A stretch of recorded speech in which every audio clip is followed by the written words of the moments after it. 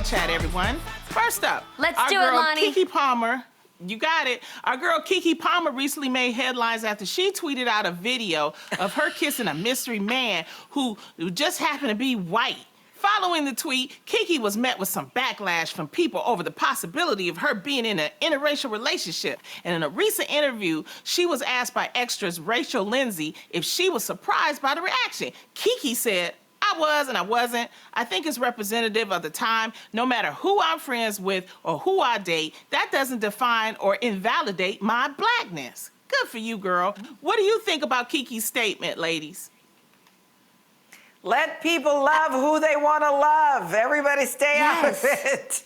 I feel like I can't believe in 2020 we are still talking about interracial, relationships because people are crazy about it or they have such definite opinions. I know when I chose to marry my ex-husband, I got a lot of side eyes. I wouldn't say backlash because then, social media wasn't the thing. But definitely we would walk into a room and I felt like people thought that I sold out, that I didn't, I was fancy. Everybody loved fancy. And they kind of held, like, I think our people want to sort of claim us, So I think Fancy, the character I played on the Jamie Foxx show, we claimed as theirs. So when I went outside of that and married a white man, a lot of people had reaction about it. And then when we got divorced, I felt like I had to defend my blackness. I felt like I had to date a black man just to prove. And it's like, I don't have to prove anything. You should love who you love and you should love who loves you back. So anybody who has anything to say about it, whatever, it's my life. Lonnie, I'm sure you've gotten that. Jeannie, I'm sure you've gotten it. You know what? Actually, I want to know because I feel like as a black woman, we get it more. Jeannie, did anybody have any issues with you dating Jeezy? For sure. I think it's. I don't even know how to muster up the words because it comes. I'm saying your people, not necessarily other people. Absolutely. Okay. That's a whole nother girl chat I want to have sometime when it comes to the anti-blackness within the Asian community. But within my family, they've seen me date outside my race. I've always been in interracial relationships. So my family in particular wasn't uncomfortable about it at all. The thing that I find, well, there's two things I learned in this particular time with Jay, because Jay's he's a public face and a public figure, So that was different because now we're both up for scrutiny. And I've always thought that it shouldn't be considered that we are an interracial couple. We are an interresponsible couple. Jay is very, very cautious and responsible about learning my culture as I am about him. I have to be cognizant about understanding and appreciating Jay's cultural identity while learning the lengths that he has to go through to preserve it while he's going through the discrimination he does as a black man. And at the same time, what I learned this year is when I thought there was only 5 love languages, I realized that there's actually a 6th. There's actually advocacy. Advocacy is absolutely a pertinent love language when it comes to interracial couples. How do you support your man? How do you stand up for it? Especially during this time, it's not Jay's fight. Together as a person who loves Jay and loves who he's about, I have to understand and learn and not speak, but really sit back and listen to understand what it is I need to learn about his experience as a black man and what his family goes through, what his kids go through. So I love that I have a man who is cognizant about the negative that we get. In my family, he doesn't get negative, but in the culture, I know that people question, why are we together? And for me, I don't owe those people an answer. I'm not going to sit there and explain to them why I love Jay. Instead, what I show is what our love means together. What our love means, how we bring our lives together, how we bring our brands together, how we bring our actions together. That, for me, speaks volumes than what I'm going to sit here and tell somebody who doesn't care about my personal feelings why I need to explain my love for someone else.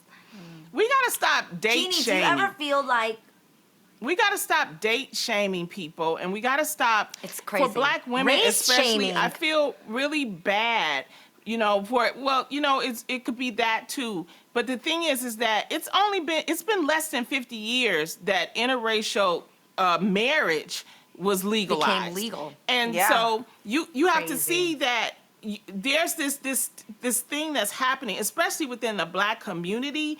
There's this thing where it's about loyalty and feeling that you're disloyal, and I feel bad for a lot of Black women, especially because I feel like Black men are more open to dating outside their race, whereas with Black women, they feel like it's not okay, and then they feel bad. I have girlfriends to this day, and I've talked to Jeannie and Adrian about this. Girlfriends that are in their 40s, their 50s, and they will not. They're like, nope, I'm waiting. And I'm like, how long are you gonna wait? Because you can't find. Life is so short. Do not. Because times have changed. It used to be a time when you couldn't date outside your race.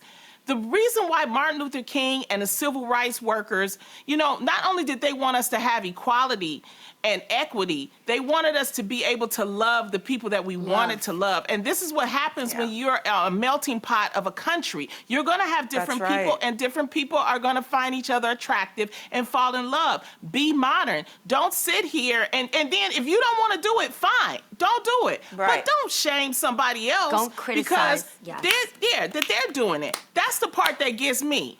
Don't do that. That's it. Just, I feel sorry. Do what you want to do. You guys don't feel sorry? Like, instead of getting angry, I think at this point now I genuinely feel sadness and sorry for people who still think this way. For people who actually sit back and go, what? Kiki Palmer was kissing a white guy? I feel so sorry for you that you still think that way. That you are that close-minded and ignorant that this would bother you, that you would look at it as something wrong, that it would shock you, that it would not sit well with your spirit. I actually feel so sorry for people that feel that way. Like, oh my gosh, you're totally missing out on love. What a concept. Like, just love, loving let's people. Be honest, though. Well, I think, everybody has a right to how they feel, but don't shame us if we're doing something that you're not okay with. But you know what it is, too, though? Ladies, is because of the racial uprising that happened this summer, a lot of people, are feeling like, okay, we got to go back to being separate again. And I've said this before. I think Jeannie just said it. It's about finding allies. I would not give myself to anybody that is not going to fight just for the decency of people, but also my people. And that's the difference. You got to understand, there are some, I'm going to say it, there's some Black people that don't think the way I think. I wouldn't be with that person if they're not going to go with and think the way I think when it comes to fighting for my people. It's just differences. Yes, social injustice. So for me, I'm able to look outside of that, and I have allies. And I'm like, that's like saying you don't want to have white friends. I want to have friends of all races and all colors. Sadly, there has become this idea or this thought that, and this is so sad, but there's been almost like this thought that like, if you are dating someone that they might be racist. Do you guys get that sense too? That like, that person doesn't understand you. They must be racist, or maybe they only just love you, but they don't love the culture and all of the people in it. Which that doesn't mean that doesn't exist either. Let's keep it real. There are people that that can say, "Oh, but I'm married to a Black person." That does not mean that you love the culture, the race, that you actually would fight for injustice on their part. Let's clarify that as well. But I think it almost becomes an assumption that someone outside of your race may mean that they're racist towards your race. Does that make sense? Right. Yeah. Yes. I got you. Yes. Yeah. But at the end of the day, I think we just have to remember that with a person comes their cultural identity. So be interresponsible and take the time to sit back, learn, and really just appreciate what makes that person who they are, and stand up. And like we just all said, there's a big difference between being not racist and being an anti-racist. Like, stand up, be an ally, and advocate for your It's all about love, you guys. It's all about love. Love who loves you, and, just put good, positive energy out there. All right, up next, guys, President-elect Biden and Vice President-elect Harris are building their cabinet as we speak, and they just recently announced that their communications team, are you ready, will be all women. Hey! Woo! The team aimed at bringing diverse perspectives to the White House includes Simone Sanders, who will serve as senior advisor and chief spokesperson for Vice President-elect Harris, and Karine Jean-Pierre, who will serve as principal deputy press secretary.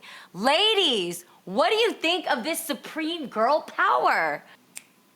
It's a start. Woo! It's a start. Amazing. It's historic, and it's a It is. start. Yes, but You it's know. a big leading start. It's a big leading Yeah. start, and I think this is what I was hoping that the Biden-Harris would be representing, diversity and bringing women together and bringing all kinds. I mean, Karine Jean-Pierre, who I've said before is a Haitian woman, and I'm so happy to see her get this position. I think that's what we were hoping for, is change and, seeing more women and seeing diversity. I think it's awesome. Representation. I was hoping for her to get press sure. secretary. I was hoping I for know, her I to get was press too. secretary. So I'm a That little, would've been I'm a little incredible. salty. But I told them, okay, good. They're happy. But I'm like, But I think that this goes to show us how important it is to also hold the people that we elect accountable. And I think we've all been Yeah. putting the pressure and we've been doing our part in saying this is what we want to see. We want change, we want diversity. But with that being said, Tamika Mallory actually put this on Instagram, a tweet from Gary Chambers that said, I've seen a lot of diversity in at Joe Biden's choices. What I'm not seeing is enough black men in key positions. No voting bloc of men supported Biden higher than black men. I'm also looking to see more black men and women not be deputy this or that, but the shot callers. I completely agree. well, he's looking at a deputy. There's being reported that he's looking at a black man as CIA director, which would be the first Yes. black man to So hold that great. position. So they'll be making announcements. But yeah, I am a little salty because I do believe that she should have had. But anyway. Absolutely, but the term's not over. The term's not over, Lonnie. There's so many changes that could still take place, and we are making strides. That is a fact.